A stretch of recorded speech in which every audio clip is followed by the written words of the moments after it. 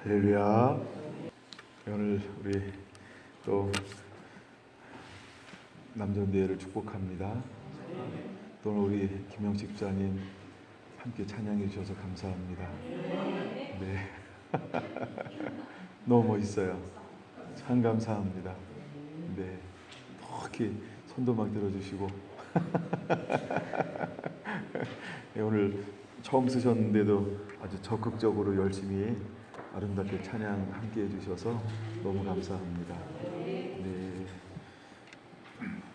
이 말씀은 에스겔서 33장 오전에 이어서 33장 계속 보겠습니다. 우리 1절만 같이 봉독합니다. 여호와의 말씀이 내게 임하여 이르시되 인자야. 아멘. 여호와의 말씀이 내게 임하여 이르시되. 여러분, 우리 삶 가운데 정말 저 한 절이 뚜렷하게 기록된다고 한다면 얼마나 좋을까, 이런 생각을 해봅니다. 여러분 어떤가요? 여러분 저렇게 기록되어지고 싶지 않나요? 네? 여호와의 말씀이 내게 임하여 이르시되. 우리가 기록된 성경만 보는 게 아니고, 그렇죠? 날 찾아오신 예수님, 그래서 내게 말씀하시는 그 예수님, 그래서 그 하나님의 음성을 여러 가지로 우리가 들을 수 있다고 한다면 이건 굉장한 축복입니다. 여러분 사모하십니까? 하나님이 에스겔에게 찾아왔다고 한다면 오늘 이 시대에도 저와 여러분에게도 찾아오실 것입니다. 함께 하시는 그분은 벙어리가 아닙니다. 함께 하시는 예수님은 누구보다도 말을 많이 하실 분입니다. 벙어리하고 반대로 가야 되기 때문에, 그래서 누구보다도 말을 많이 하고 싶어 할 거예요. 정말 접시가 다 깨져도 말이 안 끝날 거예요. 너무 말이 많아서. 너무 말이 많아서, 여러분 우리가 그런 만남이 우리 삶 가운데 매일매일 일어나게 되기 원합니다. 얼마나 좋을까, 이런 생각을 해봤어요. 에스겔서를 제가 지금도 계속 묵상하는데 계속해서 여호와 하나님께서 내게 이르시되, 그리고 인자야, 이렇게 불러요. 여호와의 말씀이 내게 임하여 이르시되 인자야. 너무 멋있어요. 우리 삶 가운데도 이런 은혜가 임하게 되기를 원합니다. 아멘.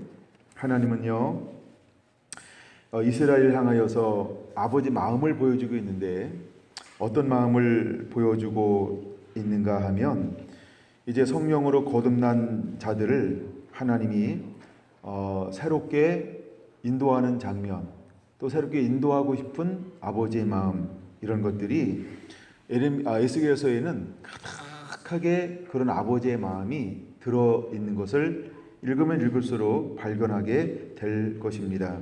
그래서 이제 그들이 우상 숭배하고 하나님 말씀에 불순종하여 하나님이 바벨론을 들어서 끌려가게 만들고 포로로가 만들고 불순종하고 고집 피우는 사람들을 칼이나 기근이나 연병에 죽이지만, 하나님은 남은 자들을 향한 아버지의 계획이 무엇이냐 하면, 난 내가 너를 새롭게 할 것이다. 난 너의 왕이 되어줄 것이다. 나는 너의 목자가 되어주실 것이다 라고 하는 이 아버지의 마음을 우리가 에스겔서를 읽으면서 그것을 발견할 수 있어야 합니다. 이것이 아버지의 마음이에요. 오늘은 어떨까요? 오늘 여전히 하나님은 우리의 목자이기를 원합니다. 그분은 여전히 우리의 왕이기를 원합니다. 여전히 그분은 우리의 모든 것이기를 원하신다라고 하는 거예요. 이것이 오늘 저와 여러분들을 향한 아버지의 마음입니다. 34장 가까우니까 34장 23절 한번 볼까요? 34장 23절 있어요? 이때요. 같이 읽습니다. 내가 한 목자를 그들을 위해서 먹이게 하리니 그는 내 종 다윗이라. 그가 그들을 먹이고 그들의 목자가 될 것이라. 나 여호와는 그들의 하나님이 되고 내 종 다윗은 그들 중에 왕이 되리라. 나 여호와의 말이니라. 아멘. 하나님은 여전히 우리에게 무엇이 되기를 원하고 있어요? 목자가 되어주기를 원하고 있습니다. 그분은 우리의 무엇이 되기를 원하고 있어요? 왕이 되기를 원하고 있습니다. 그래서 하나님은 이스라엘 민족을 향해서 누구를 세울 거예요? 한 목자를 세울 것이다. 그분이 누굴까요? 예수 그리스도. 하나님은 우리의 영원한 왕이 되어주고 싶습니다. 그래서 우리에게 또 누구를 세우실 건가요? 다윗의 후손 예수 그리스도의 쇠괴라. 예, 할렐루야. 그래서 왜냐하면 이때는 이미 다윗은 그렇죠 지나갔잖아요. 그럼 여기서 24절에 말하는 내 종 다윗은 그들 중에 왕이 되리라. 이 말은 뭐예요? 내 종 다윗이라. 이 말은 뭐예요? 그저 그의 후손 예수 그리스도를 의미하는 거예요. 그런 것처럼 지금도 하나님은 우리를 향한 또한 이 열방을 향한 놀라운 뜻과 계획이 있어요. 그분은 영원한 목자가 되어지기 원한다는 거예요. 그는 영원한 우리의 왕이 되기를 원한다라고 하는 거예요. 그래서 예수님께서 이 땅에 오셔서 무엇으로 오셨나요? 임금과 구주로. 임금이라고 하는 게 뭐예요? 왕으로 오셨다는 거예요. 그 다음에 구주라고 하는 것이 뭐예요? 나의 영원한 목자로 오셨다는 거예요. 예, 그래서 그분은 지금도 여전히 변하지 않는 놀라운 계획을 가지고 있습니다. 36장 25절 볼까요? 36장 25절도 찾으셨나요? 그래서 그분이 오셔서 포로로 끌려갔던 이유가 무엇이냐 하면 하나님을 떠났기 때문에, 하나님의 이름을 더럽혔기 때문에, 무엇으로? 우상숭배로, 불순종으로. 그래서 하나님께서 원치 않는 일들이 유대 그 심령들 가운데 가득하였어요. 그래서 하나님이 이제 오셔서 회복할 건데 무엇으로 회복할 거라고 말씀하고 있나요? 첫째는 맑은 물을 뿌려서 너희에게 있는 모든 죄악에서 더러운 것에서 정결하게 할 거라고 말씀하고 있는 거예요. 근데 많은 물을 너희에게 뿌려서라고 할 때 이 물을 하나님은 무엇으로 사용하셨나요? 바로 바벨론을 물로 사용했어요. 고난의 풀물을 물로 사용했어요. 예, 그들을 나라가 잃어버리게 만들고 이국 땅에 가가지고 보이지 않는 고난과 압제를 당하게 만들었어요. 그 고난과 압제를 당하는 걸 통해서 하나님이 이스라엘 사람들을 어떻게 만드신 거예요? 모든 더러운 것과 우상 숭배에서 정결케 하는 정화의 작업을 하고 있다라고 하는 걸 기억해야 합니다. 그 다음에 두 번째, 정화가 되었어요. 정화가 되는 동시에 하나님이 그들에게 또 무엇을 부어주는 거예요? 비록 이국 땅에 있지만 하나님이 그들에게 어떻게 해서요? 영으로 만나줘요. 하나님이 찾아가 주셨어요. 때로는 선지자의 말씀을 통해서, 때로는 다이렉트. 이것을 통해서 하나님이 여러 가지로 하나님이 그들을 함께 만나 주어요. 그래서 영을 부어줘요. 아버지 영을 부어줘요. 그래서 영을 부어줌을 통해서 우리 마음의 육으로는, 머리로는, 지식으로는, 철학으로는, 논리로는, 그 다음에 학습으로는, 종교적인 것으로는 깨트릴 수 없고 부서뜨릴 수 없고 녹일 수 없는 굳은 것들을 어떻게 하기 시작합니까? 하나님이 그걸 다스리기 시작해요. 만지기 시작해요. 다듬기 시작해요. 완화시키기 시작해요. 그래서 조각으로 만들어요. 부드럽게. 여러분, 때때로 우리 마음이 녹아지는 것 무엇으로만 녹아질까요? 끊임없는 한결같은 온전한 신뢰 속에서 얻어지는 사랑, 그분의 초자연적인 은혜, 이것을 통해서 완악함이 무너지는 것처럼. 그래서 에스겔을 파송할 때 하나님의 그들이 어떤 상태에 따라서요? 완고하고 완악하고 패역하고 나를 떠나 배반한 자. 그러니까 굳었다는 거예요. 마음이 굳었다는 거예요. 누구에게? 하나님께. 아니, 자기들이 우상 숭배하고 말씀을 떠나서 하나님이 포로로 끌려가게 만들었는데 이렇게 생각할 수 있어요. 아니, 하나님 우리를 이렇게 할 수 있습니까? 라고 말입니다. 나중에 나오면 또 얘기할 건데 생각날 때 한번 얘기해 볼까요? 그들은요 율법주의에 젖어 있었어요. 그래서 스스로 뭐라고 생각한 자요? 나는 의인입니다. 스스로도 이렇게 생각해요. 내가 옳다는 거예요. 이게 문제입니다. 나중에 그거 나올 때 또 좀 더 다뤄볼게요. 근데 우리도 그럴 수 있다는 거예요. 매를 맞으면서도 나는 옳은데, 이거 합리적이지 않은데, 이거 옳지 않은데, 어찌하여 하나님께서 우리를 멸하신단 말이야? 자기 의에 빠졌을 때 안 보이는 거예요. 뭐가 안 보일까요? 내가 어떻게 말씀을 떠났는지, 아버지를 기쁘게 하고 있지 않는지, 내가 어떻게 세상을 더 사랑하는지, 우상을 더 첫자리에 놓았는지 이것을 스스로 모를 수 있다는 거예요. 우리도 그럴 수 있어요. 이걸 일컬어서 우리가 질병 중에 하나가 문둥병이라고 말합니다. 그래서 감각이 없어요. 썩어가는데 감각이 없어지는 거예요. 그게 묻어지는 거죠. 여러분, 우리 안에 영적 육적 이런 병에 걸릴 수 있습니다. 자기 자신을 모를 수 있어요. 그래서 우리 안에 뭐가 있는 걸 몰라요? 굳은 거요, 폐역한 거요, 완고한 거요, 교만하며 무정하며 이런 게 있는 건지 몰라요. 그리고 자기가 볼 땐 자기는 어떻게 볼까요? 난 옳아, 난 바라, 난 열심히 하고 있지, 난 최선을 다하고 있어. 근데 하나님은 그런 걸 원하는 게 아니죠. 하나님의 보시기에 말씀에 순종하고 있느냐? 우리 그것이 기준인데, 가끔 우리가 스스로 의에 빠지면 기준을 스스로 바꿔버려요. 예. 그 다음에 세 번째, 이제 하나님께서 부드럽게 만들고 난 다음에 그때 우리 마음이 부드러워져야만 그때 회복되어지는 게 있어요. 그게 뭐냐 하면 27절에 이렇게 말을 해요. 또 내 영을 너희 속에 두어 너희로 내 율례를 행하게 하리니 너희가 내 규례를 지켜 행할지라. 할렐루야. 하나님의 때가 되면요, 목자가 되어주시고 왕이 되어주셔서 우리를 뭘로 인도합니까? 예, 말씀으로 인도하는 거예요. 목자 되시는 분은 뭘로 우리를 끊임없이 인도할까요? 말씀으로요. 말씀으로 우리를 끊임없이 인도할 거예요. 말씀으로. 그러므로 우리는 그분의 온전한 인도함을 받아 그를 향하여 나아가는 자가 되어야 할 줄로 믿습니다. 아멘. 예, 그런 다음에 하나님이 정말 하고 싶은 일이 무엇이냐 하면, 자 33절 이렇게 말합니다. 주 여호와께서 이같이 말씀하셨느니라. 내가 너희를 모든 지역에서 정결케 하는 날 성읍들의 사람이 거주하게 하며 황폐한 곳이 건축하게 할 것인즉. 그러니까 어떤 그 때가 있다라고 하는 것이죠. 언제? 모든 지역에서 정결케 하는 그 날. 근데 끊임없이 정결케 하는데, 그 정결케 하는데 몇 년이 필요한 거예요? 70년. 정결케 하는데 몇 년이 필요한 거예요? 70년이 필요한 거예요. 그 70년이 끝나는 그 날 하나님께서 어떻게 하시겠다는 거예요? 이제 성읍들에게 사람이 거주하게 하고 황폐한 것들이 건축하게 할 것이다. 보세요. 누가 회복하는 겁니까? 하나님이 회복할 거예요. 여러분, 우리가 정결케 되면 하나님이 들어 쓰십니다. 정결케 되면 그때부터 놀라운 역사가 일어날 것입니다. 우리의 시간이 아닌 그분의 시간, 카이로스. 할렐루야. 여러분에게 그런 카이로스가 임하게 되기를 예수님의 이름으로 축원합니다.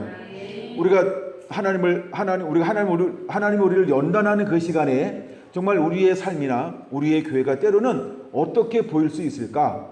예, 34절처럼 보일 수 있다는 것입니다. 그 다음에 35절, 사람들이 이르기를 이 땅에 항폐하더니 이제는 에덴 동산같이 되었고. 이제는이라고 하는 건 뭐예요? 다 정결케 되는 그 날. 그래서 하나님이 이제 은혜를 주어서 성읍들의 사람이 거주하게 하고 황폐한 것을 건축함으로 인하여서 하나님이 무엇을 회복하겠다는 거예요? 에덴 동산같이 회복하기를 원한다는 거예요. 그래서 이제 그리스도 예수 안에서 온전히 사는 사람은 어떤 것을, 어떤 은혜를 누려야 될까요? 에덴 동산을 누리는 자가 되어야 할 줄로 믿습니다.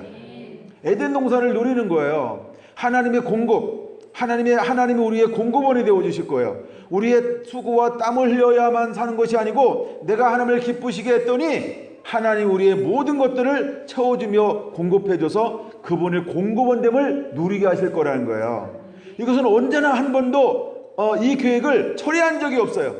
우리가 온전히 신뢰하지 못함을 통해서 매일매일 염려나 걱정이나 근심 속에 살아가는 것이지, 그러나 온전한 신뢰의 사람, 믿음의 사람은 염려하지 않습니다. 근심하지 않습니다. 왜요? 그분이 우리의 참 목자가 되어줄 뿐만 아니라 그분이 우리의 왕이 되어주심으로 인해서 우리를 어디다 놓으시길 원하는 거예요? 에덴 동산으로 우리를 인도하기를 원하시기 때문입니다. 그래서 목자의 비유에 나오는 모든 시편의 말씀이나 요한복음의 말씀은 전부 우리를 어디로 인도해요? 목장으로 인도하는 거예요. 시냇가로 인도하는 거예요. 푸른 초장으로 인도하는 거예요. 할렐루야. 그래서 부족함이 없는, 이걸 다른 말로 말하면 에덴 동산으로 하나님이 우리를 인도하는 거예요. 여러분의 매일매일의 삶이 에덴 동산이기를 축복합니다.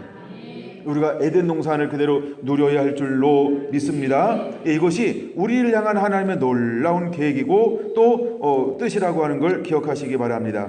37장 한번 볼까요? 23절부터 37장 23절부터 이렇게 말합니다. 그들이 그 우상들과 가증한 물건과 그 모든 죄악으로 더 이상 자신들을 더럽히지 아니하리라. 무엇을 통해서 이제 이 고난과 연단을 통해서 정결케 했기 때문에 이제 이것을 다 벗어버리고 하나님을 섬기게 될 것이다 라고 하는 거예요. 그러므로 하면 그들을 뭐라고 부를까요? 내가 그들을 그 범죄한 모든 처소에서 구원하여 정결하게 한즉 그들은 내 백성이 되고 나는 그들의 하나님이 되리라. 이게 오늘 우리를 향한 하나님의 계획이고 뜻이면서 열방을 향한 하나님의 계획과 뜻이라는 거예요. 지금도 하나님이 이것을 원하고 있어요. 우리가 무엇 되기 원합니까? 하나님의 백성. 하나님은 우리의 무엇이 되기를 원하십니까? 우리의 하나님. 유일하신 하나님. 우리의 주인. 우리의 모든 것의 근원 되기를 원하시는 거예요. 할렐루야. 할렐루야. 이 은혜가 풀어져야 합니다. 그러면서 24절 보세요. 내 종 다윗이 그들의 왕이 되리니 그들 모두에게 한 목자가 있을 것이라.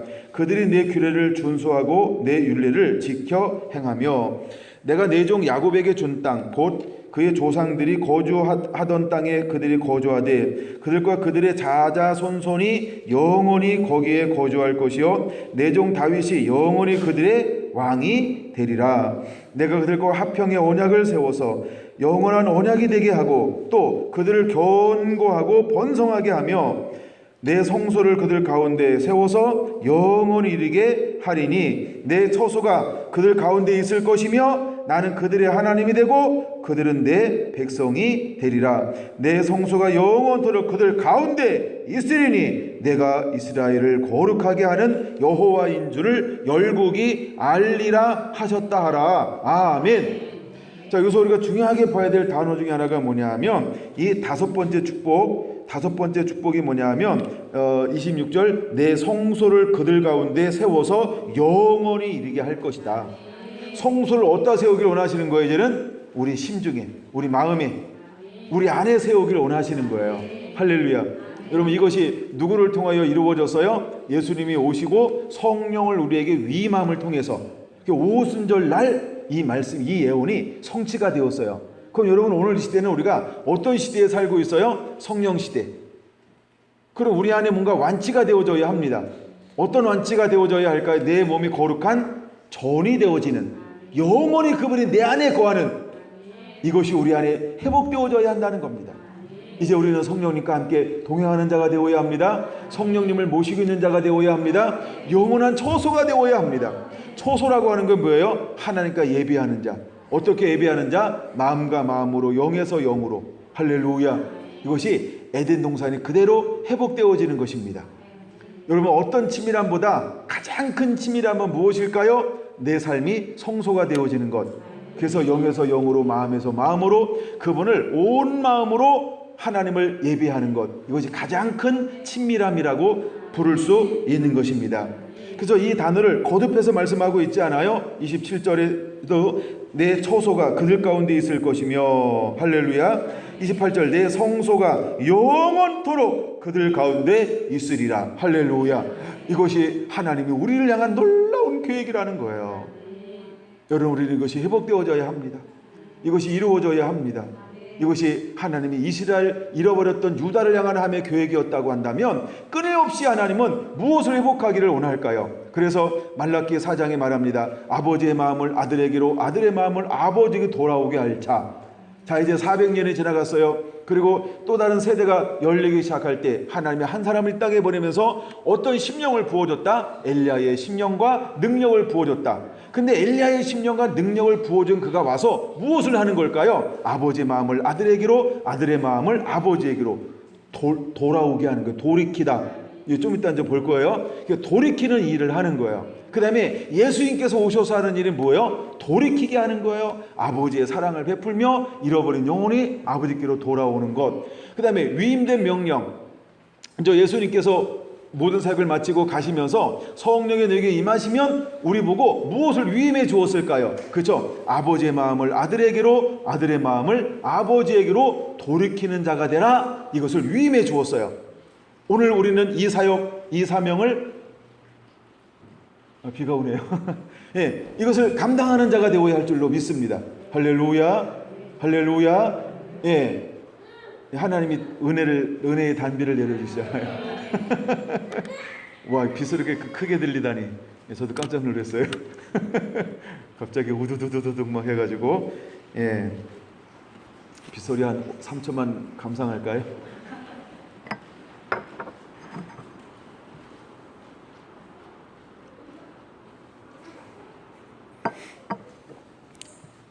저는 에스겔서를 한 타임 하고 지나가려고 하는데 에스겔서를 쭉 읽는데 계속 말씀이 새롭게 막 깨달아지고 은혜가 막 부어지는 거예요. 예, 그래서 아직도 에스겔서에 머물고 있어요. 원래 큰 제목이 뭐예요? 본을 삼을 자, 선지자들 이건데 그냥 에스겔에서 머무르고 있어요 지금. 예. 하여간 제가 설교자니까 하나님 저한테 은혜 주시는 것 계속 나누겠습니다. 뭐 선지자들을 많이 나열해도 평생 목회할 거니까 아직도 많이 남았어요.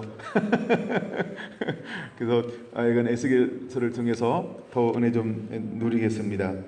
근데 제가 이거 어떻게 보면 단순한 거고 또 이게 어떻게 보면 단순한 거잖아요. 근데 하나님은 무엇을 숨겨 놓았냐면 왜 하나님이 유다를 향하여 그런 소망을 가지고 있을까?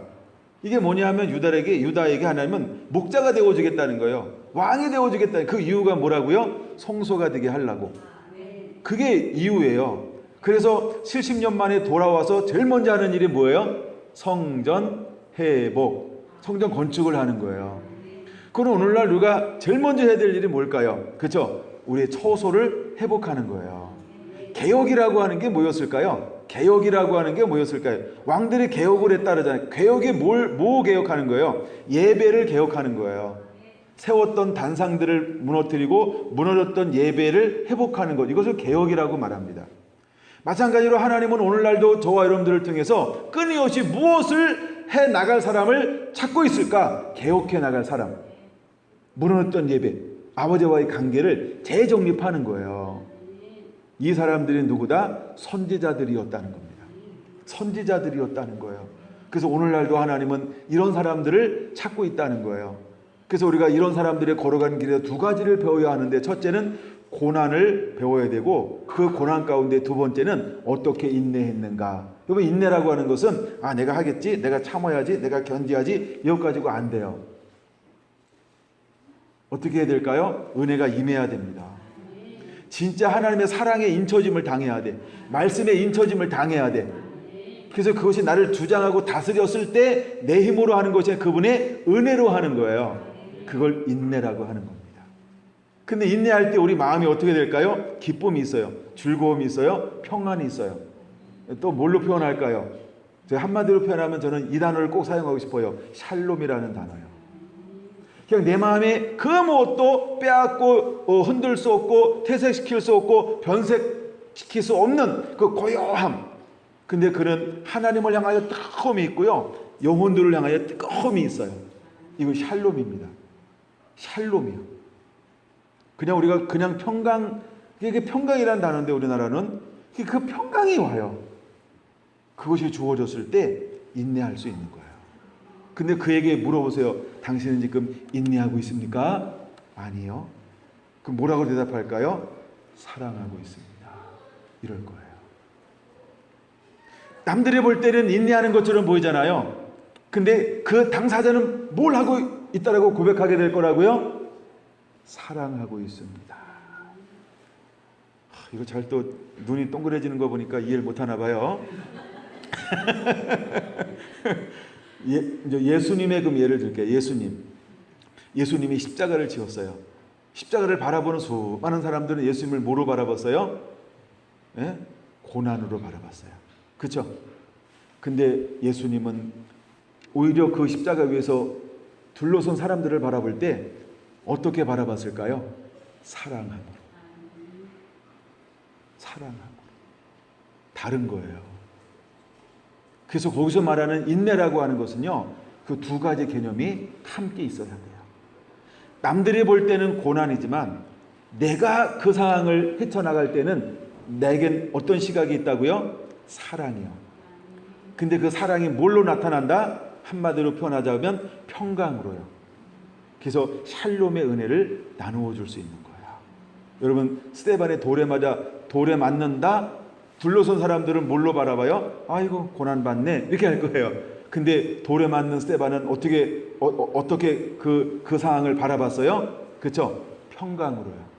고요함, 평강, 흔들리지 않음. 초점이 어디로 가 있었어요?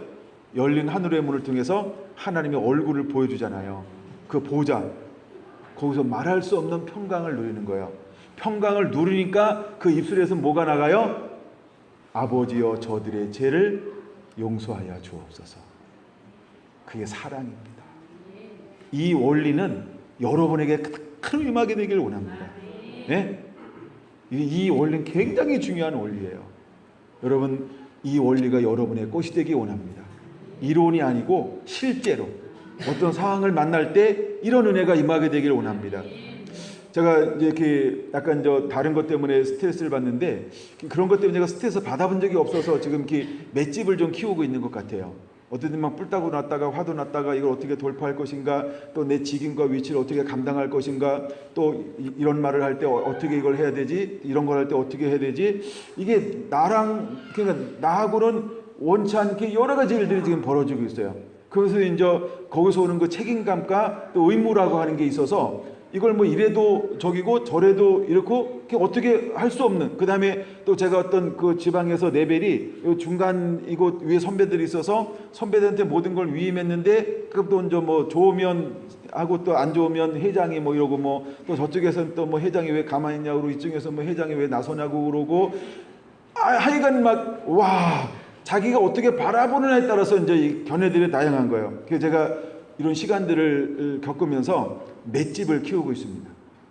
맷집을 키우고 있어요.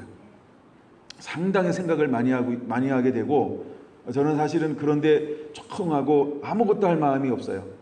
근데 어쨌든 이런 상황을 통해 제가 맷집은 좀 키워지더라는 거죠. 그래서 고난이 유익이다, 이게 맞아요.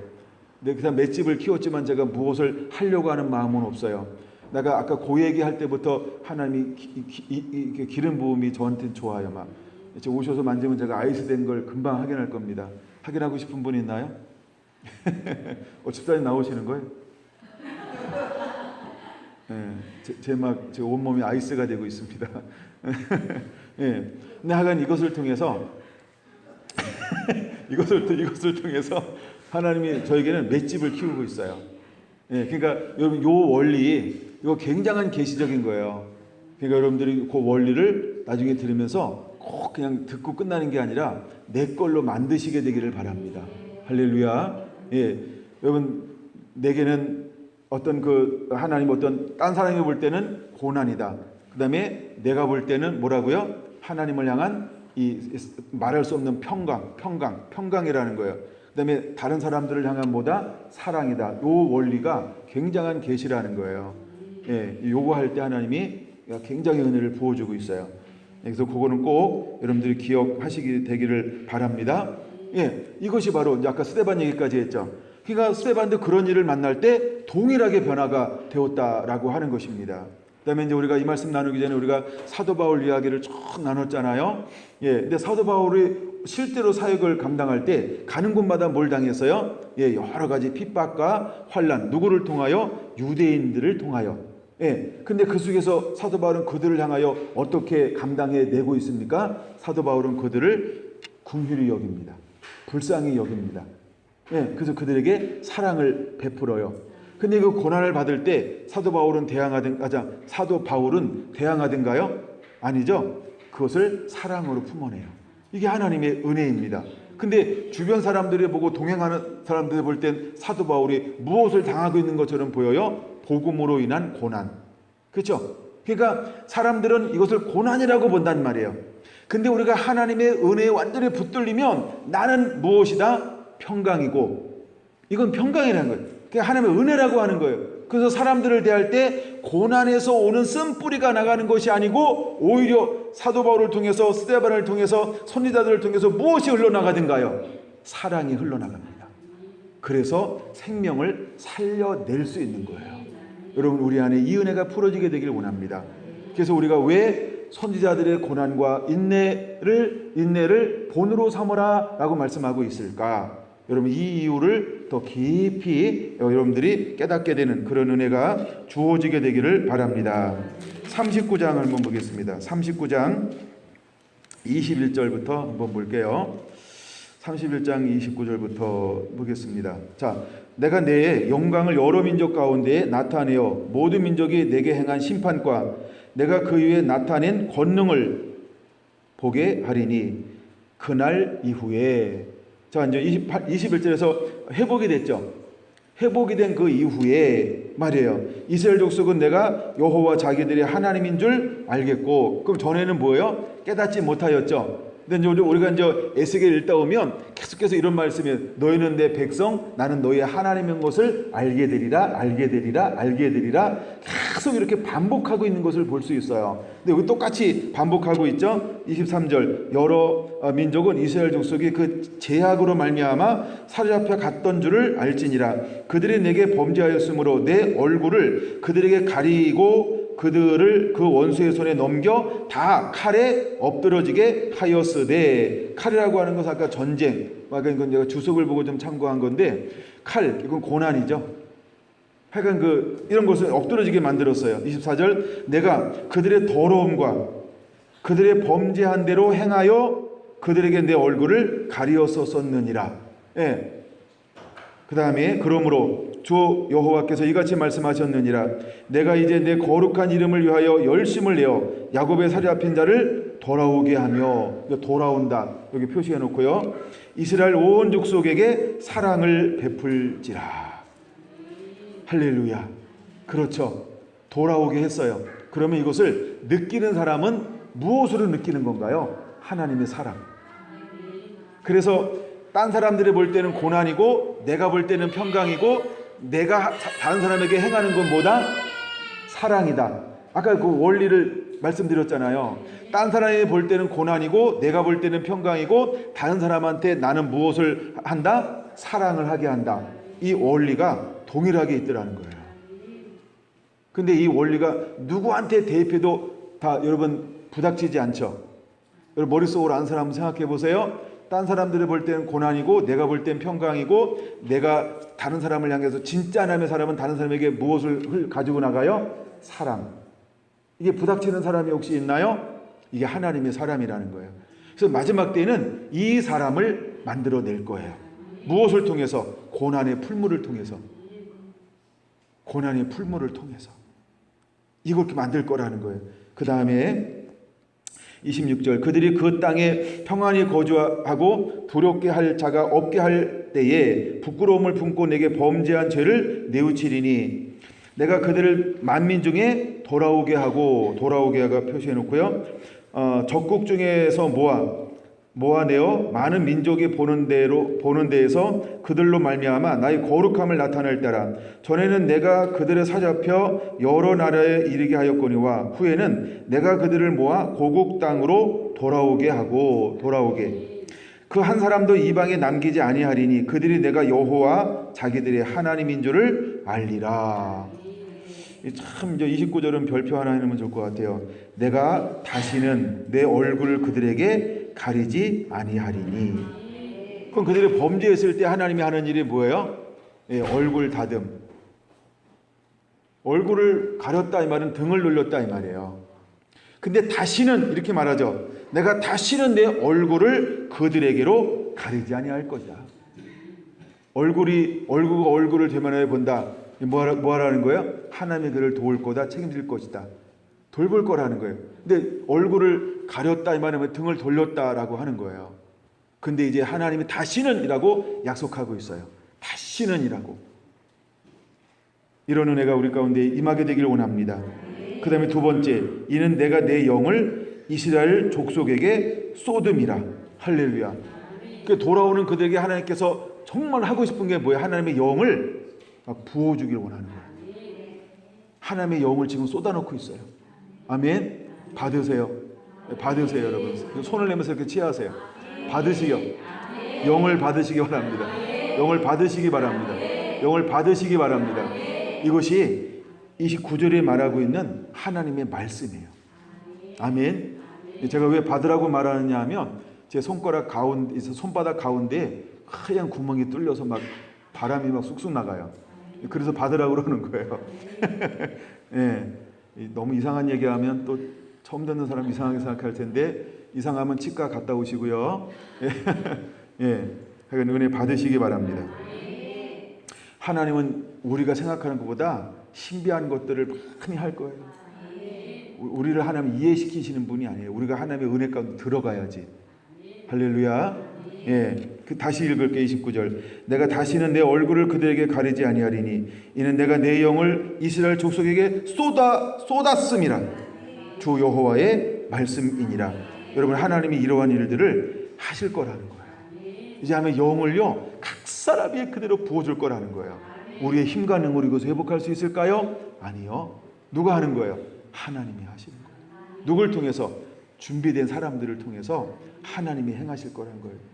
여러분이 그 주인공들이 되기를 예수님의 이름으로 축원을 드립니다. 할렐루야. 예, 11장 17절 한번 볼게요. 11장 한번 보겠습니다. 11장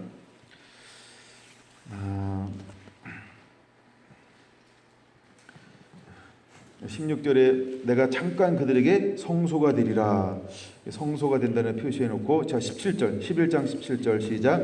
너는 또 말하기를 주 여호와의 말씀에 내가 너희를 만민 가운데 모으며 너희를 흩은 여러 나라 가운데서 모아내고 이스라엘 땅을 너희에게 주리라 하셨다 하라. 할렐루야.